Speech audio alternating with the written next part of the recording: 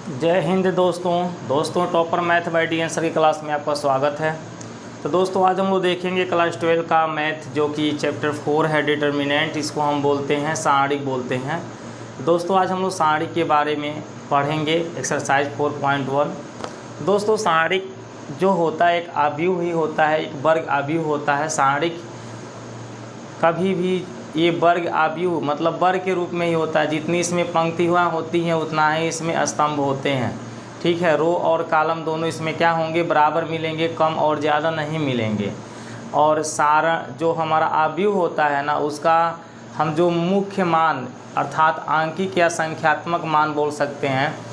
आव्यूह का कोई आंकिक या संख्यात्मक मान जो होता है वही हमारा क्या कहलाता है, सारणिक कहलाता है। ठीक है दोस्तों, तो दोस्तों सारणिक को हम डिटर्मिनेंट ए बोलते हैं। यदि कोई आव्यूह हमारा ए है तो उसका जब हम डिटर्मिनेंट ए निकालेंगे तो वही हमारा क्या कहलाएगा, सारणिक का वैल्यू कहलाएगा। डिटर्मिनेंट ए को हम डिट ए, ठीक, डिट ए या मॉडलस ए इसको बोलते हैं, मॉड ए, या इस चिन्ह से हम दर्शा सकते हैं। ठीक है, यानी किसी सारणी की मान जो ज्ञात किया जाता है उसे हम डेट ए, डिटर्मिनेंट ए इसको बोलते हैं, या मॉड ए, या ये हमारा डेल का चिन्ह है। ठीक है, डेल्टा जिसे बोलते हैं, इसके द्वारा हम दिखा सकते हैं। तो दोस्तों आइए हम लोग एक्सरसाइज 4.1 को देखते हैं। आव्यूह से जैसे आप आव्यूह को पढ़े हैं सेम वैसे ये भी है, बस थोड़ा सा इसमें आप लोग को हट के अलग मिलेगा। ठीक है, क्योंकि एक वर्ग आव्यूह पर ही डिपेंड है। तो एक्सरसाइज 4.1 को हम लोग शुरू कर लेते हैं। आइए एक्सरसाइज 4.1 में देखिए क्या देता है। आज हम लोग प्रयास करेंगे एक्सरसाइज 4.1 को समाप्त कर दिया जाए।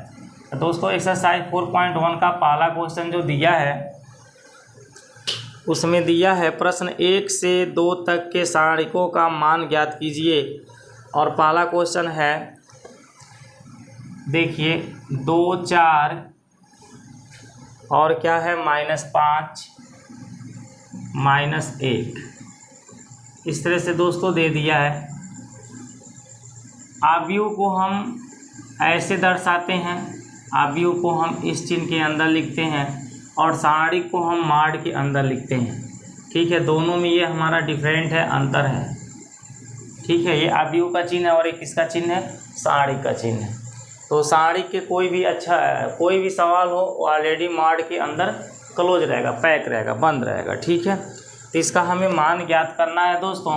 इस क्वेश्चन को हल में आप ऐसे उतार लीजिएगा, हल लिख कर ऐसे उतार लीजिएगा और इसका मान ज्ञात करने के लिए हम आपको बता दें।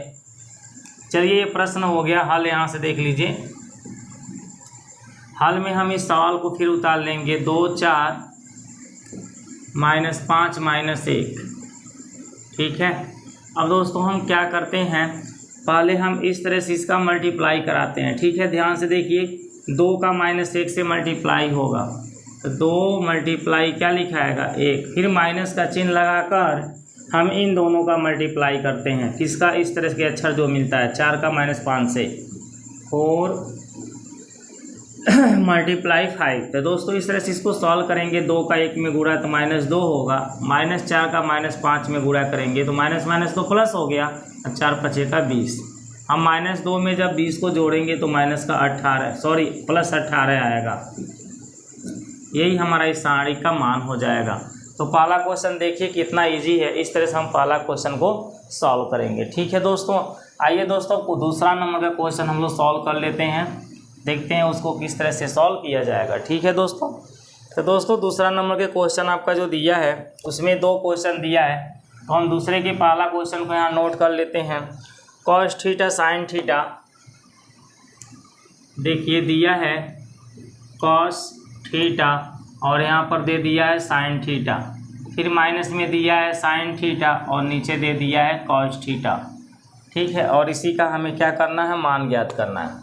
तो दोस्तों जब हल इस क्वेश्चन को करेंगे तो हल में हम फिर से इसको नोट कर लेंगे, cos थीटा sin थीटा और यहाँ है आपका -sin थीटा और cos थीटा। आप देख सकते हैं इसमें 2 पंक्तियाँ हैं और 2 ही हमारे कॉलम हैं। ठीक है, जितनी पंक्तियाँ उतना ही स्तंभ है।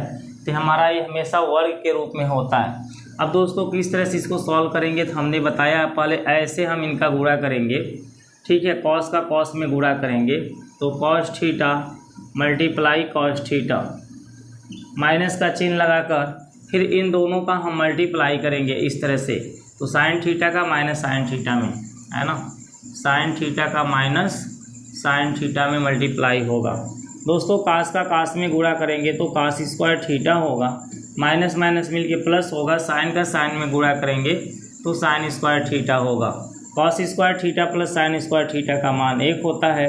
इस तरह से हमारा दूसरे के पहला क्वेश्चन सॉल्व हो जाएगा और इसका मान कितना आ जाएगा, 1 आ जाएगा। ठीक है दोस्तों, आइए दोस्तों अब हम लोग दूसरे का दूसरा क्वेश्चन देखते हैं, इसको भी हटा देते हैं। ठीक है दोस्तों, अगर दोस्तों आपको सवाल समझ में आता है तो वीडियो को लाइक ज़रूर कर दीजिए, अपने दोस्तों को शेयर कर दीजिए कि वो भी देख करके इसका लाभ उठा सकें।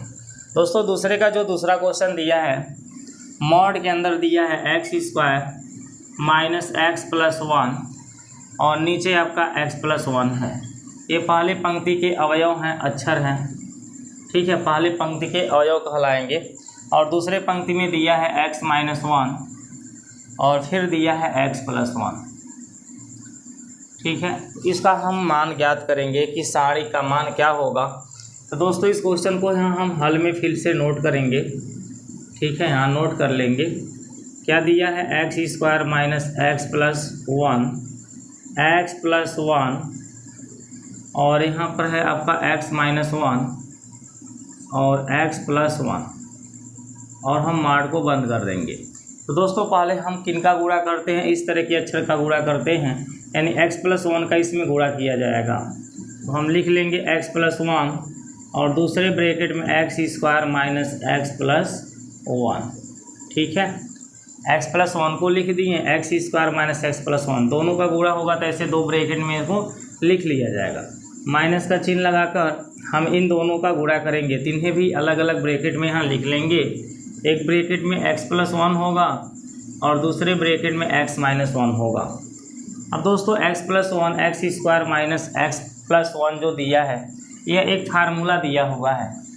किस चीज़ का फार्मूला, यहाँ देख लीजिए, x पे q प्लस 1 पे q हो तो इसको हम x प्लस 1 लिखते हैं और दूसरे ब्रैकेट में x का स्क्वायर माइनस x प्लस 1 का स्क्वायर 1 का स्क्वायर क्या होता है, 1। और यहाँ x क्यों आता है, आपको बता दें कि इन दोनों का गुणा होता है, x और 1 का गुणा करने से यहाँ क्या आएगा, x आएगा, अब प्लस यहाँ 1 का स्क्वायर क्या होता है, 1।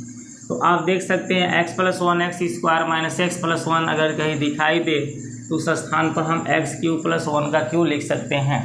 तो यहाँ पर हम लिख देंगे x का क्यू प्लस 1 का क्यू, माइनस का चिन्ह लगाएंगे, x प्लस 1 एक्स माइनस 1 इसको हम एक्स स्क्वायर माइनस 1 का स्क्वायर लिखते हैं। यदि एक ब्रैकेट में a प्लस बी दूसरे ब्रैकेट में a माइनस बी हो, a प्लस बी और दूसरे ब्रैकेट में क्या हो, a माइनस बी हो और बीच में इंटू का चिन्ह हो, तो इसे a square minus b square लिखा जाता है। इसी सूत्र के आधार पर दोस्तों इसको हम x का स्क्वायर माइनस 1 का स्क्वायर लिख लेंगे। x क्यू यहाँ उतर जाएगा, प्लस 1 का क्यूब 1 होगा, माइनस एक्स स्क्वायर उतर जाएगा, माइनस का माइनस में गुणा होगा तो प्लस होगा, 1 का स्क्वायर 1 हो जाएगा।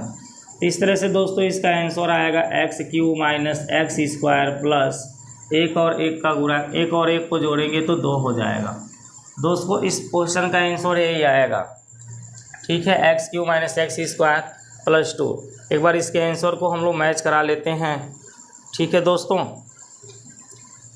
4.1 के x Q minus x square plus 2 perfect answer आया है। ठीक, अब तक हम लोग जो उतना क्वेश्चन को सॉल्व किए हैं उनका आंसर दोस्तों आ चुका है। अब आइए इसके आगे हम क्वेश्चन नंबर 3 को देखते हैं, इसको हटा देते हैं, ठीक है।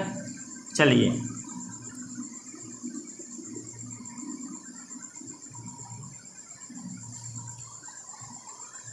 देखिए दोस्तों क्वेश्चन नंबर 3 में क्या देता है, यदि a बराबर,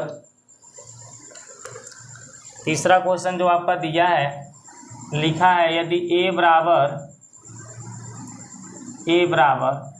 ब्रैकेट के अंदर दे रहा है 1 2 4 2, ठीक है, तो दिखाइए कि 2a का मॉड, 2a का मतलब मापांक या मॉड बोल सकते हैं, बराबर 4 मॉड a।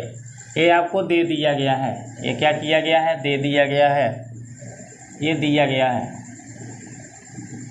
और आपको जो दिखाना है वो दिखाना है 2a का मॉड बराबर 4 मॉड a।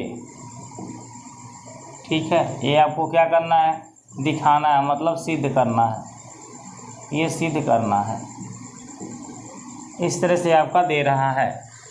तो दोस्तों ये जो a बराबर दिया है एक सारणिक का वैल्यू नहीं है, यह एक आव्यूह का वैल्यू है। यह एक आव्यूह है क्योंकि आव्यूह को हमेशा हमने बताया कि बड़े ब्रैकेट के अंदर लिखा जाता है और ये बड़े ब्रैकेट के अंदर लिखा है। तो हम क्या करेंगे, यहाँ पर सारणिक का मान ज्ञात करेंगे। क्या करेंगे, सारणिक का मान ज्ञात करेंगे। तो सारणिक का मान आपको बताएं कैसे ज्ञात होगा। यदि हम a का मॉड निकालें तो वह सारणिक का मान कहलाएगा। तो a का जब मॉड निकलेगा दोस्तों, तो ये जो संख्या दिख रहा है, अब ये 1, 2, 4 और 2 ये हमारे सारणिक के अंदर लिखे जाएंगे। ठीक है, यदि हम a को सारणिक के अंदर मॉड के अंदर पैक करेंगे ऐसे a को, तो इसके मान भी मॉड के अंदर लिखे जाएंगे। अब दोस्तों क्या होगा, हम 2 का 1 में गुणा करेंगे तो 2 एकम 2 होगा, माइनस 4 का 2 में गुणा करेंगे तो 4 दूनी 8 होगा, 2 में से 8 को घटा देंगे तो -6 आएगा। यानी मॉड a का मान हमारा -6 आ रहा है। अब दोस्तों हम क्या करेंगे, 2a का मान ज्ञात करेंगे। किसका मान ज्ञात करेंगे, 2a का।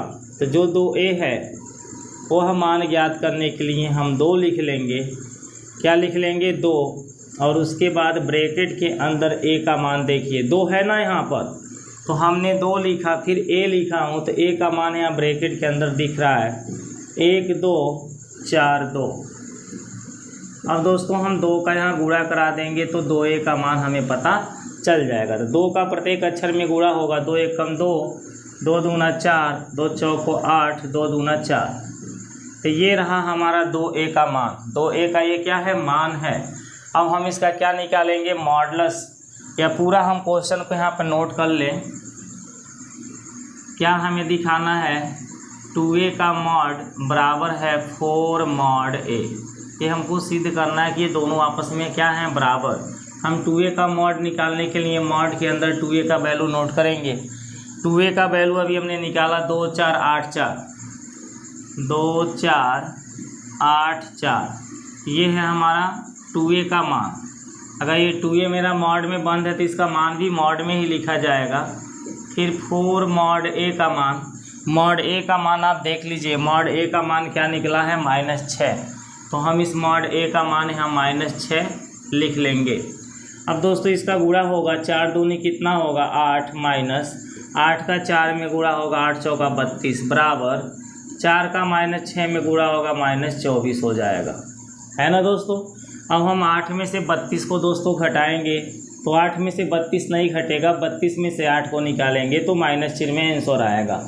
32 में से 8 को निकालेंगे तो हमारे पास -24 आएगा, और इस साइड में भी माइनस क्या दिया है, 24।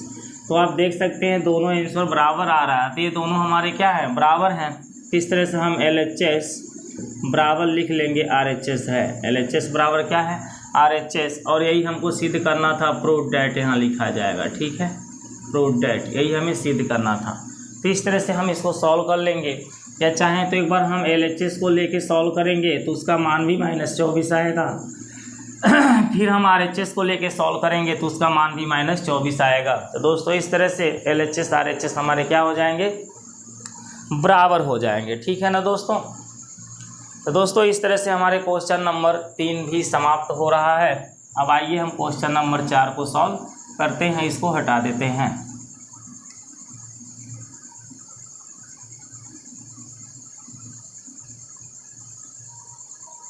चलिए देखिए क्वेश्चन नंबर 4 में क्या देता है। यदि a बराबर 1, 0, 1, 0, 1, 2, 0, 0, 4 हो तो दिखाइए 3a का मॉड, 3a का मापांक या मॉड बोल सकते हैं, बराबर 27 मॉड a होगा। तो जैसे हमारा तीसरा क्वेश्चन था वैसे ही चौथा क्वेश्चन है। तो यहाँ 4 नंबर क्वेश्चन में हम a बराबर नोट कर ले रहे हैं। क्या क्या दे रहा है। ए बराबर हमारा 1 0 0 0 1 0 और 1 2 4 दिया हुआ है। ये हमारा ऑलरेडी दिया हुआ है, ठीक है। और हमें दिखाना क्या है, सीधे क्या करना है, तो इस चीज़ को देख लीजिए जो दिखाना है। 3a का मॉड बराबर 27 मॉड a, 27 मॉड a, ये हमें दिखाना है, यानी कि हमको सिद्ध करना है। जो दिखाने वाला होता है वो सिद्ध करना होता है, ठीक है ना। ये सिद्ध करना है कि 3a का जितना मॉड आएगा ना उतना ही 27 मॉड a भी आएगा। तो दोस्तों जब हम इनको आगे बढ़ेंगे तो पहले क्या करेंगे, हम a का मापांक यानी a का मॉड निकालेंगे, ठीक है। a का क्या निकालेंगे, मॉड। तो जब a का मॉड निकालेंगे तो ये जितने a के वैल्यू हैं ये मॉड के अंदर बंद हो जाएंगे। 1 0 1 0 1 2 0 0 4। अब दोस्तों हम क्या करेंगे, इसको पंक्ति के या कॉलम के सापेक्ष इसका हम प्रसार कर सकते हैं। तो दोस्तों हम यहाँ पे इसका कॉलम के सापेक्ष ही प्रसार करेंगे। यहाँ लिख लेंगे C1 के सापेक्ष, इसको हम C1 कॉलम बोलते हैं। ये C2 कॉलम है, ये C3 कॉलम है, ये R1 हमारा रो है, ये R2 रो है, ये R3 रो है, ठीक है। तो दोस्तों यहाँ C1 के सापेक्ष प्रसार करने पर, ठीक है, या C1 के सापेक्ष विस्तार करने पर कुछ भी लिख सकते हैं। तो हम C1 के सापेक्ष इसका क्या कर रहे हैं, प्रसार। तो C1 में हमारा पहला अवयव क्या मिलेगा, 1 मिलेगा। अब 1 जो मिल रहा है तो इस 1 की पंक्तियां और कॉलम हम छोड़ देंगे। तो 1 की जब पंक्तियां कॉलम छूटेगा तो कौन कौन से अक्षर बचेंगे। यदि इस 1 को हमने ले लिया है, C1 में पहले हमें 1 ही तो मिला है, तो जब हम इस 1 को यहाँ लिख दिए हैं तो इसकी टोटल पंक्तियाँ और टोटल कॉलम के अंक छूट जाएगा। 1 2 0 4 बचेगा, 1 2 0 4 बचेगा। इस तरह से दोस्तों आगे हम आगे वाले अंकों को यदि इनको भी लिखना चाहते हैं, इनको भी लिखना चाहते हैं तो हम कौन से चिन्ह में लिखेंगे। तो देखेंगे ये हमारा पहला कॉलम है और दूसरा पंक्ति है, तो यहाँ पर माइनस के चिन्ह लगा करके फिर इस 0 को लिख लेंगे। और सेम वही प्रक्रिया हमारी चलेगी। इसमें हमारी जो 0 के पंक्ति में अंक आ रहा है, अक्षर आ रहा है, वो अंक छूट जाएगा और जो कॉलम के अंक हैं वो भी छूट जाएंगे। तो जो बच जाएंगे 0 1 0 4 वह यहाँ मॉड के अंदर लिखा जाएगा 0 1 0 4। लेकिन दोस्तों इस 0 का जब इसमें गुणा होगा तो ये 0 ही हो जाएगा, इसी कारण हम इनको नहीं लिखेंगे, ठीक है। अब फिर इस 0 को लिखना हो तो प्लस का चिन्ह लगाकर इस 0 को लिख लेंगे और इसकी हम पंक्तियां और कॉलम को छोड़ देंगे तो 0 1 1 2 बचेगा और उसको यहाँ 0 1 1 2 को नोट कर लेंगे। लेकिन दोस्तों 0 का जब इसमें गुणा होगा तो ये सब हमारे क्या हो जाएंगे, 0 हो जाएंगे। इसलिए यदि किसी कॉलम में या किसी पंक्ति में यदि 0 दिखाई दे रहा हो तो उसे हमें लिखने की ज़रूरत नहीं होती, क्योंकि उसका जब इसमें हम गुणा करेंगे सारणी के अंदर उसका मान क्या हो जाता है, 0 हो जाता है। अब दोस्तों जो मैं यहाँ पर लिख रहा हूँ, जैसे 1 को मैंने यहाँ नोट कर लिया और इसकी पंक्तियाँ और कॉलम के अवयव को छोड़ दिया, बचा 1 2 0 4। 1 2 0 4 हमारे क्या कहलाएंगे, इस सारणी के उपसारणिक कहलाते हैं। जो ये सारणिक है ना, इसका ये क्या कहलाता है, उपसारणिक कहलाता है, ठीक है ना। तो दोस्तों ये 0 को हम नहीं लिखेंगे, इसको हटा दे रहे हैं। आगे देखिए अब इसको हम कैसे सॉल्व करेंगे। ये 1 है आपका और हमने बताया है इसका गुणा करने के लिए, पहले इनका हम गुणा करेंगे तो 1 का 4 में गुणा होगा 4 माइनस 2 का 0 में गुणा होगा तो 0। इस तरह से 4 में से 0 को हटाएं तो 4 आएगा और 4 का 1 में गुणा कर दें तो 4 आ जाएगा। तो दोस्तों जो मॉड ए था ना, इस मॉड ए का वैल्यू हमने क्या निकाल दिया है, 4 निकाल लिया है। अब जो हमें सिद्ध करने के लिए दिया है उस सिद्ध करने वाले को हम कैसे सॉल्व करेंगे। तो पहले तो हमें 3a का मान ज्ञात करना है। किसका ज्ञात करना है, 3a का। तो यहाँ 3a बराबर हम लिख लेंगे 3 और a का मान इस ब्रैकेट के अंदर लिखा जाएगा, ठीक है ना। क्योंकि a का मान यहाँ देखिए ब्रैकेट के अंदर दिया है, क्या दिया है, 1 0 1 0 1 2 004। अब दोस्तों हम क्या करेंगे, इस 3 का इसमें गुणा करा देंगे तो ये 3a का मान कहलाएगा। तो सभी में 3 का गुणा कर लीजिए, 3 एकम 3 0, 3 एकम 3 0, 3 एकम 3, 3 दूनी 6 0 0, 3 चौका 12। ठीक है दोस्तों, तो इस तरह से हमारा 3a का मान कहलाएगा। ठीक है दोस्तों, स्पष्ट दिख रहा है। अब हम दोस्तों क्या करेंगे, जो ये हमें दिखाना है कि ये बराबर है उसको हम यहाँ नोट कर लेंगे। 3a का मॉड बराबर 27 मॉड a दिया हुआ है। अब हम 3a के वैल्यू को मॉड में नोट कर लेंगे। 3a का यही वैल्यू है, देख सकते हैं 3a का मान हमने निकाला है 303 303 036 036 0012 0012। ये हमारा 3a का वैल्यू, ये जैसे मॉड में बंद है वैसे मॉड में बंद हो जाएगा। फिर हम 27 को लिख करके मॉड a का वैल्यू यहाँ नोट करेंगे।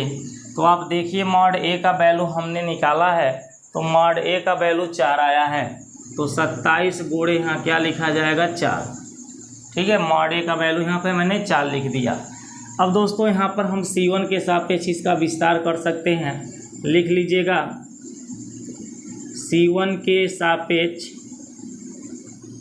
प्रसार करने पर या विस्तार करने पर, ठीक है, प्रसार करने पर तो यहाँ हम 3 को लिखेंगे और बाकी अक्षर को हम छोड़ देंगे। तो हमारे पास बताइए कौन सी संख्या बचेगी, 3 6 0 और 12 बचेगा। बराबर में मेरे पास 27 गुणे 4 कितना होता है 108 होता है। 27 चौका कितना होता है 108 होता है। अब दोस्तों हम 3 के बाद ये देखिए 0 0 थे, इसलिए 0 0 को आगे नहीं लिखे हैं। अब इनको जब सॉल्व करेंगे तो 3 12 का 3 में गुणा होगा, 12 3 36 माइनस 0 का 6 में गुणा होगा तो 0, बराबर में 108 है। तो इधर भी 108 ही आना चाहिए। अब ये 3 गुणे 36 बन जाएगा, बराबर में 100 कितना दिया है 8, क्योंकि 36 में से 0 घटेगा तो 36 ही आएगा। 3 का 36 में गुणा कराएंगे तो 36 3 108 होता है, 36 दूनी 72 और 36 3 कितना होता है 108। या ऐसे गुणा कर सकते हैं, 3 6 का 18, 3 3 के 9, 1 हासिल आपका 10। तो दोनों साइड में आप देखेंगे 108 और 108 ही आ रहा है। तो इस तरह से दोस्तों यहाँ पर भी LHS के बराबर क्या मिल रहा है RHS मिल रहा है, और यही हमको दर्शाना था। यहाँ प्रूफ डेट हम नोट कर लेंगे। ठीक है, तो दोस्तों ये जो मेरा सहारिक का क्वेश्चन है चौथा, ये 3 गुणे 3 कोटि का क्वेश्चन है। इसमें 3 गो हमारे रो हैं और 3 गो क्या है कॉलम है। तो इस तरह से दोस्तों हम इनको सॉल्व कर लेंगे। ठीक है, चलिए अब 4 नंबर के बाद हम आगे के क्वेश्चन को देखेंगे। इसको हटा देते हैं।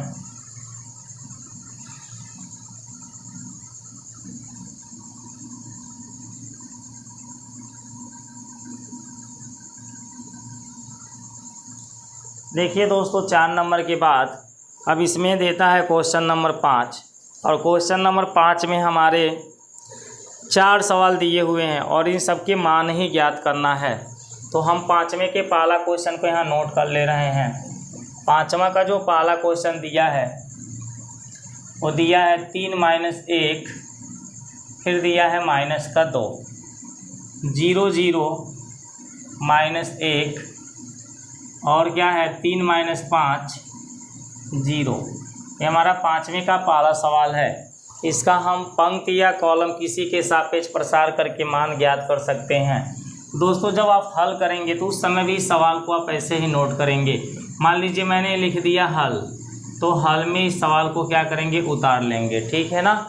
और इसके बाद ये C1 के सापेक्ष इसका प्रसार है सही कि R1 के सापेक्ष प्रसार इसका करना सही है। किसमें आसान हमको लग रहा है, जिसमें आपको आसान लगता है उसके सापेक्ष इसका प्रसार कर सकते हैं। C1 के भी हो सकता है, C2 C3 R1 R2 R3 किसी के सापेक्ष इसका प्रसार किया जा सकता है। ठीक है दोस्तों, तो आप R1 के सापेक्ष R2 के सापेक्ष R3 के सापेक्ष भी कर सकते हैं। C1 C2 C3 किसी के भी सापेक्ष कर सकते हैं। तो दोस्तों अगर देखा जाए तो R2 के सापेक्ष इसका प्रसार काफ़ी आसान है, क्योंकि R2 के दो अवयव ऑलरेडी क्या दिख रहे हैं, 0 दिख रहे हैं। एक ही अवयव मेरा दिख रहा है -1, तो केवल एक ही अवयव को नोट करके हम इसका प्रसार कर सकते हैं।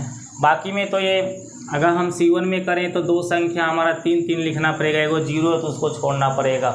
तो दोस्तों चलिए हम इसको आपको दिखा देते हैं C2 के सापेक्ष इसका प्रसार करके, सॉरी R2 के। तो हम लिखेंगे R2 के सापेक्ष प्रसार करने पर, ठीक है, R2 के सापेक्ष प्रसार करने पर आप किसी के भी सापेक्ष इसका प्रसार कर सकते हैं। तो दोस्तों R2 के दो वैल्यू शुरू के 0 हैं तो उनको नहीं लिखेंगे। ये -1 है तो हम यहाँ -1 को लिख लेंगे, और इस -1 को लिखने के बाद इस मॉड के अंदर इसके उपसारणिक लिखा जाएगा। -1 का उपसारणिक कौन होगा? तो दोस्तों इस -1 की पंक्तियाँ में जो अंक आ रहा है वो सभी छूट जाएगा, और -1 के कॉलम में जो अंक आ रहा है ये भी मेरा छूट जाएगा। तो बचेगा 3 - 1, 3 और -5, 3 और -5, क्योंकि -1 के कॉलम में जो संख्या आ रहा है वह कौन है, -2 और 0, तो वो छूट जाएगा। अब -1 के पंक्ति में 0 0 आ रहा तो भी छूट जाएगा। अब दोस्तों इसको हम सॉल्व करेंगे तो अगला स्टेप मेरा जो बनेगा, यहाँ पर देख लीजिए -1 है और ब्रैकेट में हम 3 का इनमें गुणा कराएंगे, 3 का -5 से गुणा करेंगे तो -15 हो जाएगा। फिर माइनस चिन्ह लगाकर 3 का -1 से गुणा करेंगे तो 3 का -1 से गुणा करने पर -3 आएगा, और यहाँ खुद माइनस है तो +3 बन जाएगा। इस तरह से दोस्तों बताइए -1 और ये ब्रैकेट में बचेगा -12, -15 में 3 को जोड़ेंगे तो -12। अब इनका गुणा करने से 12 हमारा आंसर हो जाएगा। दोस्तों जो 5वें का पहला क्वेश्चन है उसका 12 आंसर आ रहा है। अब हम लोग देख लेते हैं कि 5वें के पहला क्वेश्चन का आंसर क्या देता है। दोस्तों आपके 5वें के पहला क्वेश्चन का आंसर -12 आ रहा है। अब ये कहाँ से गलती हो रहा है एक बार हम चेक कर लेते हैं, ठीक है दोस्तों। तो दोस्तों यहाँ पर देखिए, ये जो हमारा R2 के सापेक्ष इसका प्रसार किया गया था, R2 का ये जो अंक दिख रहा है -1, ये किस स्थान पर है, -1 जो दिया है ये किस स्थान पर है, ठीक है। तो हम देखेंगे हर एक संख्या के आगे -1 के पावर होता है, हर एक संख्या का गुणांक ये होता है। इसमें से कोई भी संख्या हो उसका गुणांक क्या होता है, -1 के पावर i + j। i क्या होती है, पंक्ति होती है, और j क्या होता है, कॉलम होता है। i क्या होती है, पंक्ति, और j क्या होता है, कॉलम। कोई भी ऐसा अंक नहीं है जिसके सापेक्ष, मान लीजिए अगर हम C1 C2 C3 R1 R2 R3 किसी के सापेक्ष इसका प्रसार करते हैं तो इनमें से हर एक अंक का गुणांक यही होता है, -1 के पावर i + j। पहले उस अंकों को यहाँ पर लिखा जाता है, तो मैंने नहीं लिखा था, -1 के आगे अंक नहीं लिखा था कि -1 के आगे चिन्ह कौन सा आएगा। i क्या होती है, पंक्ति, कौन सा पंक्ति है, दूसरा पंक्ति है, तो इस i की जगह मैं 2 लिख लूँगा। और j क्या होता है, कॉलम, कौन सा कॉलम है, तीसरा कॉलम है, तो मैं यहाँ 3 लिख लूँगा। और 2 3 कितना हो जाएगा, 5 हो जाएगा। यहाँ कितना हो जाएगा, 5। तो -1 के पावर जो 5 है उसका मान क्या होगा, -1 होगा। अब -1 का -1 से गुणा होगा तो ये मेरा +1 बन जाएगा। ये मेरा क्या बन जाएगा, +1 बन जाएगा। यही हमने गलती कर दिया था। तो -1 मेरा +1 रहेगा, +1 रहेगा। अब +1 का गुणा जब -12 से करेंगे तो -12 आ जाएगा। इस तरह से दोस्तों हम इसको सॉल्व कर लेंगे। बाकी आप चाहते हैं तो R1 के सापेक्ष, R2 R3 के, या C1 C2 C3 किसी के सापेक्ष इसका विस्तार करके मान आप ज्ञात कर सकते हैं, ठीक है दोस्तों। चलिए अब दोस्तों हम क्या करेंगे, 5वें के दूसरा क्वेश्चन को सॉल्व करेंगे। चलिए 5वें का दूसरा क्वेश्चन देखिए क्या देता है। यहाँ पर हम 5वें का दूसरा नंबर डाल देते हैं। देता है 3 - 4 5 1 1 -2 2 3 1, ठीक है। ऐसे हम इसको नोट कर लिए हैं। हल जब करेंगे तभी ऐसे इसको नोट करेंगे। तो मान लीजिए मैं यहाँ हल लिख करके इसको नोट कर लिया है, ठीक है। अब इसका हम किसी एक के सापेक्ष विस्तार करेंगे। तो चलिए C1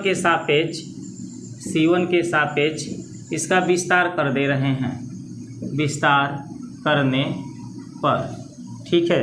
C1 के सापेक्ष विस्तार या प्रसार कुछ लिख सकते हैं। तो C1 का पहला अक्षर हमारा 3 है, तो यहाँ 3 को लिख लेंगे और मॉड के अंदर इसके उपसारणिक लिखे जाएंगे। फिर 3 के बाद 1 है, तो हम माइनस का चिन्ह लगा कर इस 1 को लिखा जाएगा और फिर इसके अंदर इसके उपसारणिक लिखे जाएंगे। 1 के बाद ये 2 है, यहाँ पर अब प्लस का चिन्ह लगेगा, फिर इसके उपसारणिक लिखे जाएंगे, ठीक है ना। इस तरह से दोस्तों हमें लिखना पड़ेगा। 3, 1, 2 चिन्ह क्या होता है, पहला संख्या के आगे प्लस होता है, दूसरा संख्या के आगे यहाँ माइनस लगाना पड़ता है और तीसरा संख्या के आगे यहाँ प्लस लिखना पड़ता है। बाकी यहाँ कोई भी चिन्ह दिया उससे मतलब नहीं हो, जो चिन्ह दिया रहेगा वो तो चिन्ह का मान लीजिए यूज होगा करेगा, लेकिन ऑलरेडी यहाँ प्लस रहना चाहिए, यहाँ माइनस रहना चाहिए, यहाँ प्लस रहना चाहिए, ठीक है। अब हम 3 के उपसारणिक यहाँ लिखना चाहते हैं, तो 3 के पंक्तियाँ के अक्षर को छोड़ दीजिए और कॉलम को छोड़ दीजिए, तो 1 माइनस 2 बचेगा, 1 माइनस 2 और 3 1 बचेगा, ठीक है। ऐसे -1 का उपसारणिक लिखना है, 1 का उपसारणिक लिखना है, तो 1 की पंक्तियाँ छूट जाएगी और 1 के कॉलम छूट जाएंगे, तो -4 5 बचेगा और क्या बचेगा, 3 1 बचेगा। अब हमें 2 के उपसारणिक लिखना है, तो 2 के कॉलम और पंक्ति को छोड़ेंगे, तो -4 5 बचेगा और क्या बचेगा, 1 - 2 बचेगा। अब दोस्तों इन्हें हम सॉल्व कैसे करेंगे, तो देखिए 3 यहाँ ब्रैकेट लगा लेंगे, 1 का 1 से गुणा होगा 1 होगा, माइनस का चिन्ह लगा लीजिए, फिर इनका गुणा करिए, 3 दूनी -6 हो रहा है, तो ये +6 हो जाएगा। माइनस का ये 1 लिख कर फिर इस ब्रैकेट में इनका गुणा करिए, -4 से 1 में गुणा होगा तो -4 आएगा, फिर माइनस चिन्ह लगाकर इनका गुणा होगा, 3 5 कितना आएगा, 15, ठीक है। माइनस का चिन्ह लगाने के बाद ही इनका गुणा किया जाता है। +2 ब्रैकेट लगा दीजिए, ये 2 है और ये -4 है, दोनों का गुणा करने से माइनस माइनस प्लस हो जाएगा और 4 दूनी 8 आ जाएगा, -5 का 1 में गुणा करेंगे 5 आएगा। अब दोस्तों देखिए आगे 6 और 1 को जोड़ेंगे 7, 7 में 3 का गुणा करेंगे 21 माइनस, यहाँ माइनस है तो इसलिए मैं माइनस लगाया हूँ, -15 -4 मिल के -19 हो रहा है। अब -19 का -1 से गुणा होगा तो ये +19 हो जाएगा। आगे दोस्तों यहाँ प्लस है तो प्लस लगा लीजिए, 8 में से 5 को हटा दें तो यहाँ 3 बचेगा, 3 का 2 में गुणा करा दें तो 6 आ जाएगा।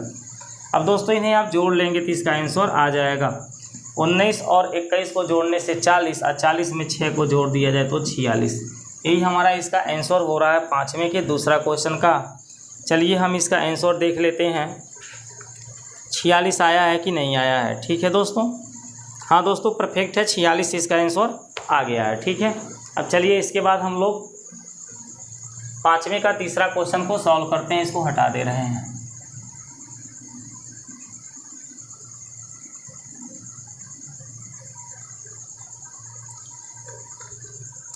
दोस्तों 5वें का जो तीसरा क्वेश्चन दिया है उसको यहाँ नोट कर लिया जाए।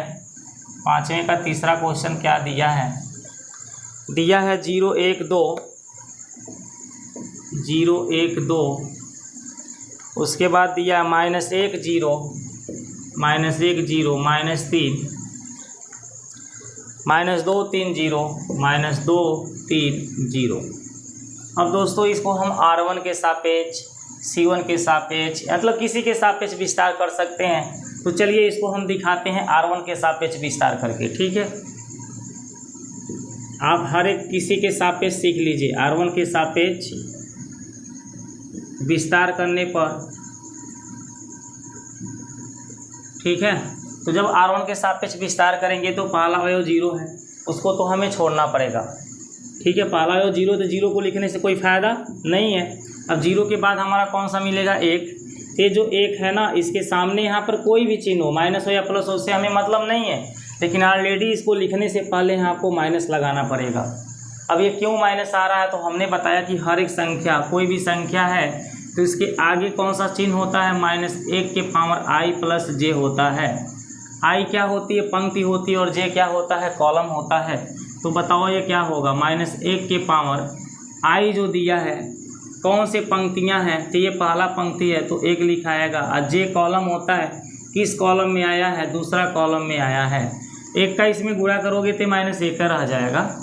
अब देखो -1 के पावर 1 में 2 जोड़ेंगे 3, और -1 पावर 3 का मान -1 होता है।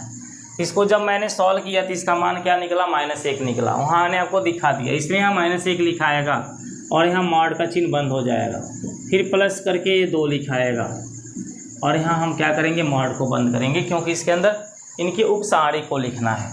अब दोस्तों 2 के आगे प्लस कैसे आया, तो फिर वही कार्य होता है, -1 के पावर ये 2 है, इस 2 का गुणांक -1 के पावर i प्लस j होता है, -1 के पावर i। हम देखेंगे किस पंक्ति में ये 2 आया है, तो पहले पंक्ति में आया है तो i का मान 1 हो जाएगा। और j मेरा कॉलम है, ये 2 हमारा किस कॉलम में आया है, तो पहला दूसरा तीसरा नंबर कॉलम में आया है, तो यहाँ 3 हो जाएगा। बगल में मेरा कौन है, इंटू में 2।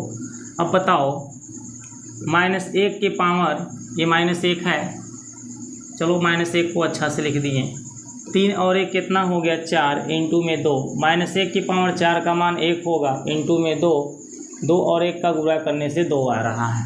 तो ये 2 किस चिन्ह में आ रहा है, माइनस में नहीं ना आ रहा है, प्लस में आ रहा है, इसलिए मैं यहाँ प्लस लिखा हूँ, ठीक है ना। अब दोस्तों देखिए, यहाँ जब 1 लिख दिए हैं, इस 1 के कॉलम को छोड़ दीजिएगा और पंक्ति को भी छोड़ दीजिएगा, तो जो अंक संख्या बचेगा वही यहाँ लिखा जाएगा। -1 बच रहा है, -2 बच रहा है, -3 बच रहा है, 0, और 2 के हम छोड़ेंगे कॉलम को और पंक्ति को, तो -1 0 बचेगा, और क्या बचेगा, -2 3 बचेगा। बस दोस्तों इसी को सॉल्व कर लीजिए, आंसर आपका आ जाएगा। चलिए, -1 से 0 में गुणा होगा 0, फिर माइनस का चिन्ह लगाएंगे, -2 का -3 में गुणा करेंगे, माइनस माइनस प्लस होगा, और 2 3 6 हो जाएगा, +2। अब इस ब्रैकेट में देखो, 3 का -1 से गुणा होगा -3, फिर माइनस चिन्ह लगा के इनका हम गुणा करेंगे, -2 का 0 में होगा तो 0 हो जाएगा। अब दोस्तों यहाँ पर आ गया -1, इस ब्रैकेट में बचा है -6, प्लस ये 2 हो गया, इस ब्रैकेट में बचा है -3, ठीक है, 0 का मतलब कुछ नहीं हुआ। अब दोस्तों ध्यान से देखो, -6 का -1 से गुणा करने से 6 बन जाएगा, माइनस माइनस प्लस हो जाता है। अब +2 से -3 में गुणा कर लें तो -6 हो जाएगा, 2 3 6, प्लस माइनस मिलके माइनस होता है, 6 में से 6 को हटा दें तो 0। दोस्तों इस क्वेश्चन का आंसर 0 आएगा, 5वें के तीसरे क्वेश्चन का यही आंसर होगा। ठीक, आप ये नहीं कि R1 के सापेक्ष इसका विस्तार करेंगे तभी इसका आंसर 0 आएगा, जिसके मन करे उसके सापेक्ष इसका विस्तार कर लीजिए, आंसर क्या आएगा, 0 आएगा। ठीक है दोस्तों, बाकी आपको लगाने से मतलब है, चाहे जिनके सापेक्ष आप विस्तार करके लगा दें, लिखना पड़ता है दोस्तों, जिनके भी सापेक्ष आप विस्तार करते हैं ये चीज़ आपको लिखना पड़ता है। अब दोस्तों हम 5वें के बाद एक क्वेश्चन और 5वें में बचा है, 5वें का चौथा क्वेश्चन, इसके बाद 5 नंबर का क्वेश्चन हमारा समाप्त हो जाएगा। तो दोस्तों 5वें के चौथा क्वेश्चन देखिए क्या देता है, 2 0 3 दे रहा है, और उसके बाद आपका -1 2 -1 2 -5 दे रहा है, ठीक है, और -2 -1 0 -2 -1 0 यही दे रहा है दोस्तों। तो दोस्तों R1 के सापेक्ष या C1 के सापेक्ष या R2 C2 किसी के सापेक्ष इसका विस्तार आप कर ही सकते हैं। तो मैं इसको C1 के सापेक्ष करूं तो देखो 2 और 3 लिखना पड़ेगा, 0 को नहीं लिखना पड़ेगा, क्योंकि 0 का गुणा उसमें करेंगे सब 0 हो जाएगा। ठीक है, तो हम इसका C1 के सापेक्ष ही विस्तार कर देते हैं। C1 के सापेक्ष प्रसार करने पर, ठीक है, तो यहाँ पर C1 में कौन सी संख्या मिल गई, 2, फिर यहाँ मॉड लग जाएगा। अगर यहाँ 0 नहीं रहता तो इस संख्या को हम लिखते हैं और माइनस चिन्ह लगाते हैं, लेकिन 0 इसलिए नहीं लिख रहे हैं। अब 3 को लिखेंगे तो प्लस का चिन्ह लगा करके फिर इसके उपसारिक लिखे जाएंगे। चलो 2 के उपसारिक कौन बनेगा, इसके पंक्ति और कॉलम को छोड़ दो तो 2 -1 बनेगा, और क्या बनेगा, -5 0।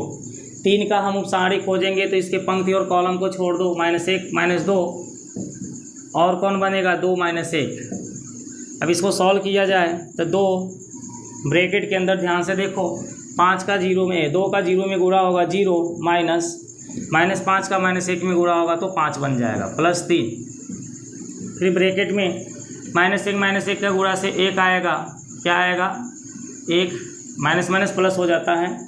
फिर माइनस चिन्ह लगाकर 2 का हम -2 से गुणा करेंगे तो -4 होगा, -4 का इस माइनस चिन्ह में गुणा होगा तो +4 हो जाएगा। 2 इस ब्रैकेट में क्या आ गया, -5 +3 इस ब्रैकेट में कितना आ गया, 5 आ गया।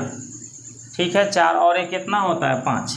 अब हम इनका गुणा करा दें तो -5 से 2 में गुणा होगा -10, प्लस 5 का 3 में होगा 15, -10 में 15 को जोड़ने से दोस्तों 5 इसका आंसर आएगा। दोस्तों 5वें का चौथा क्वेश्चन का आंसर क्या आएगा? 5 आएगा। ठीक है दोस्तों, तो इस तरह से दोस्तों 5वें का हमारा टोटल क्वेश्चन समाप्त हो गया। अब हम 5वें के बाद 6, 7, 8 3 क्वेश्चन और बचे हैं, इनको भी आज इसी वीडियो में समाप्त करेंगे। तो दोस्तों क्वेश्चन नंबर 6 को देख लीजिए। यदि a बराबर दे दिया है, a बराबर आपको दे दिया है, आप यू के अंदर ये दिया है वैल्यू 1 1 2 1 1 2, उसके बाद देता है 2 1 3 2 1 3, फिर उसके बाद देता है 5 4 9 5 4 9। ठीक है, यदि a बराबर इतना दिया है तो मॉड a का मान आपसे पूछ रहा है। किसका मान पूछ रहा है? मॉड a का मान आपसे पूछ रहा है। तो हम मॉड a का जब मान निकालेंगे तो जो भी a के वैल्यू है ये मॉड के अंदर लिखे जाएंगे। 1 1 2 2 1 3 5 4 9। अब दोस्तों R1 या C1, R2 या C2, R3 या C3 किसी के सापेक्ष हम इसका विस्तार कर सकते हैं। तो चलिए R1 के सापेक्ष इसका विस्तार कर देते हैं। R1 के सापेक्ष प्रसार करने पर तो दोस्तों R1 के जो अंक है उसको पहले नोट करिए, 1 है, फिर यहाँ सारिक, इसके उपसारिक लिखे जाएंगे। 1 के बाद अगला अंक भी 1 है तो हम माइनस चिन्ह लगा कर इसको लिखेंगे, क्योंकि दूसरा संख्या का आगे हमेशा नियम के आधार पर माइनस आता है। फिर प्लस का चिन्ह लगाकर तीसरा संख्या हम 2 को लिखेंगे और यहाँ इसके उपसारिक के अक्षर भरे जाएंगे। ठीक है, इस मोड में उपसारिक उपसारिक उपसारिक लिखा जाएगा। तो चलो 1 का उपसारिक कौन होगा? इस पंक्ति को और कॉलम को छोड़ दो। 1 3 4 9 1 3 4 9। फिर इस एक दूसरा वाला 1 का उपसारिक हमें लिखना है, तो इसके कॉलम और पंक्ति छूटेगी। तो 2 5 3 9 2 5 3 9। ठीक है, और 2 का ये कॉलम और पंक्ति को छोड़ा जाए तो 2 1 5 4 2 1 5 4। इस तरह से हमने लिख लिया है। अब आगे देखो, 1 इस ब्रैकेट के अंदर हम लिखेंगे इनका गुणा करा के। 9 का 1 में गुणा होगा 9, माइनस 4 का 3 में 12, माइनस का 1, फिर इस ब्रैकेट में इनका गुणा 9 दूनी का 18, माइनस का चिन्ह लगा के 5 3 का 15, प्लस में 2, फिर इस ब्रैकेट में 2 का 4 में 2 चौको 8, माइनस 5 का 1 में 5 1 करने 5। अब दोस्तों इसको सॉल्व कर लीजिए। एक ब्रैकेट में बताइए 3 में से 9 में से 12 घटेगा तो माइनस का 3 आएगा, फिर माइनस 1, 18 में से 15 को घटाएंगे तो 3 आएगा, प्लस 2, 8 में से 5 को घटा देंगे तो 3 आएगा। तो यहाँ पे जो ब्रैकेट में बचा हमने उसको नोट कर लिया है। अब गुणा करिए, -3 से 1 में -3 हो जाएगा, फिर 1 का 3 में करेंगे तो माइनस चिन्ह लगाइए, 1 का 3 में करेंगे 3 होगा, प्लस 2 का 3 में करेंगे 6 होगा, है ना दोस्तों। इस तरह से दोस्तों देखा जाए तो ये -3 मिल के -6 और ये है +6, +6 -6 मिल करके 0 हो जाएगा। इसको आप काट भी सकते हो, इसका आंसर क्या आएगा? 0 आएगा। ठीक है दोस्तों, इस तरह से हमारा क्वेश्चन 6 का आंसर क्या आ जा रहा है? 0। अब दोस्तों हम 7 नंबर के क्वेश्चन को देखेंगे, इसको हटा दे रहे हैं। ठीक है, चलिए इसको हटा देते हैं।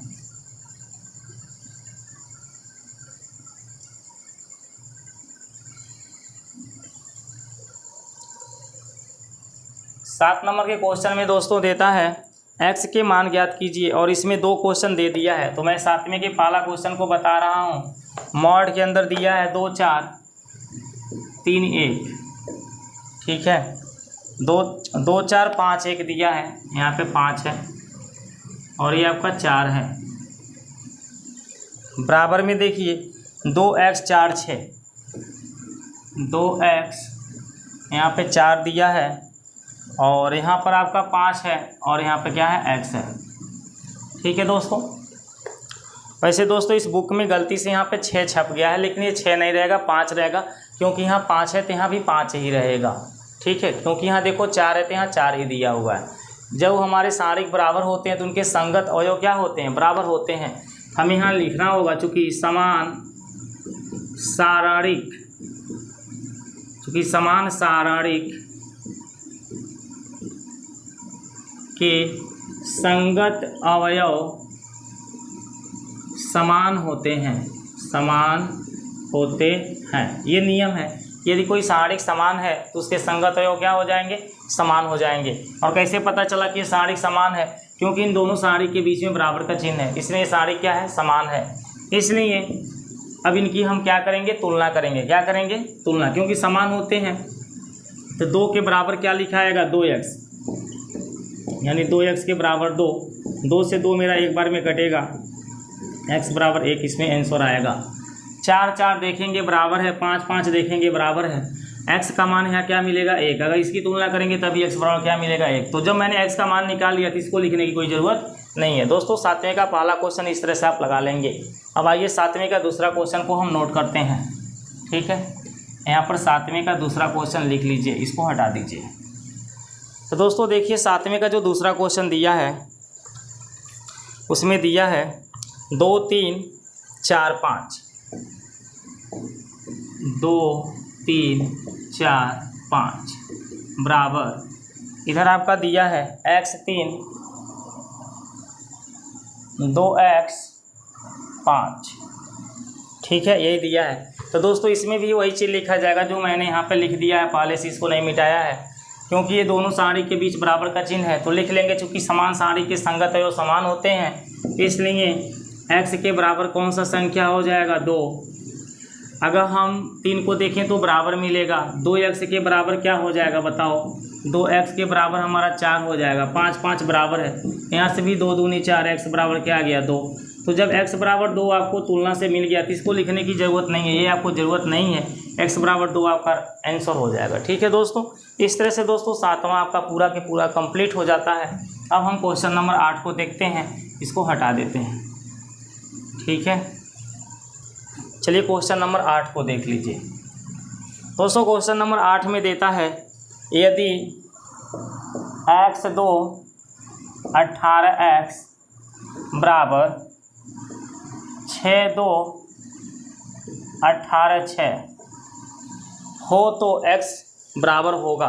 तो दोस्तों ये दोनों सारणिक हैं, क्योंकि देखिए मॉड के अंदर लिखे गए हैं और इनके बीच बराबर का चिन्ह लगा है, तो इनको हम समान सारणिक बोलेंगे। और आपको पता है कि समान सारणिक के संगत अवयव क्या होते हैं, समान होते हैं। तो पहला अवयव x है, इधर का पहला अवयव 6 है, तो तुलना जब करेंगे तो x बराबर 6 इसका आंसर हो जाएगा। तो दोस्तों ये बहुत विकल्पी क्वेश्चन है। 8वें का ए आपका परफेक्ट है, क्योंकि 8वें के ए में 6 दिया है, ये इसका राइट आंसर हो जाएगा। ठीक है दोस्तों, तो दोस्तों उम्मीद करते हैं कि आज प्रश्नावली 4.1 के 1 से लेकर 8 तक की क्वेश्चन आपको समझ में आ गया होगा। दोस्तों यदि आपको क्वेश्चन समझ में आया है तो वीडियो को लाइक और शेयर जरूर करिए और अपने दोस्तों को शेयर कर दीजिए। और यदि आप लोग चैनल को सब्सक्राइब नहीं किए हैं, मेरे चैनल पर पहली बार आए हैं वीडियो को देखने के लिए, तो चैनल को सब्सक्राइब करके बेल आइकन को ऑल पे प्रेस कर लीजिए। इसी प्रकार से हर एक एक्सरसाइज का वीडियो हम आपको समय समय से देते रहेंगे। ठीक है दोस्तों, अच्छा दोस्तों नमस्कार।